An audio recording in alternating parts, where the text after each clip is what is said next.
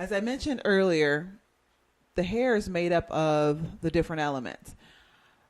The other elements that I mentioned, the sulfur, the water, the carbon, the hydrogen, and the nitrogen and oxygen, those are not your main components of the hair. The hair is mostly composed of your protein. So I want to talk a little bit about the protein.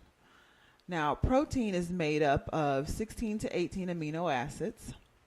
And you may ask, hey, what are amino acids? Well, amino acids are building blocks.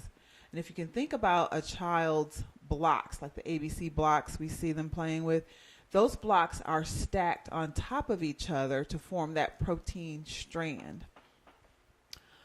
And this protein is what forms that hair. Now, this brings about another question. I don't want to go too deep into the whole process, but I do want to answer your question about how is that hair formed, just in case you may be thinking that.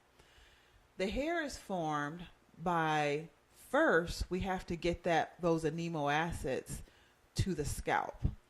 And that is done by the nutrients that we put in our body. Now, once those amino acids nourish that hair, it goes through a process called keratinization. It's keratinized, which means it becomes hardened. But it becomes hardened as the hair grows up away from that nutrient source. So it's kind of like a protective mechanism that the hair has all of its own, just to protect that protein that's in the hair. And that's when the hair is grown out of the scalp into the form that we see it. This keratin is what makes your hair strong, because it is that hardened surface, but we also need that to nourish the hair. In order to repair hair, you give it more of what it is, and that is protein. You'll be learning more about this in volume 2 and 3.